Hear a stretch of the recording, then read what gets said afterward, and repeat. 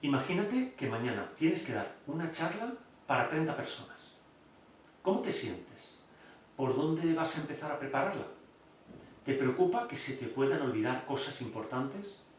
¿O tienes miedo de que se aburran como una ostra? Hola, soy Manuel Antolín y si al escuchar estas preguntas has sentido inseguridad, duda, incomodidad, tengo una solución para ti.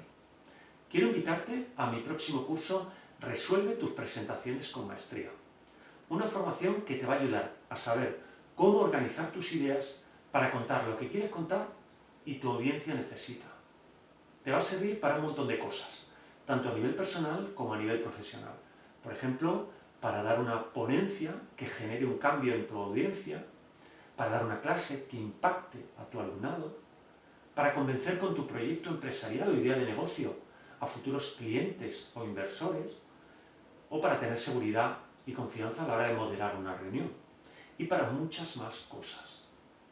Este es un curso moderno, donde el protagonista eres tú, ya que vamos a trabajar codo con codo desde el principio hasta el final de tu próxima presentación.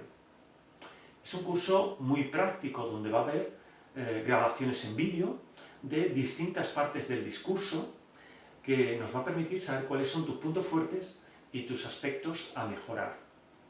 El que sea tan práctico nos lo permite el propio diseño del curso y, por otro lado, que son grupos muy reducidos.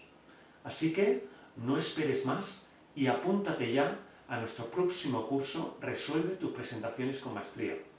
Esas dudas e inseguridades del principio estarán bajo control y te garantizo que subirás el nivel de tus presentaciones y llegarás mucho mejor a tu audiencia. Te espero pronto. Adiós.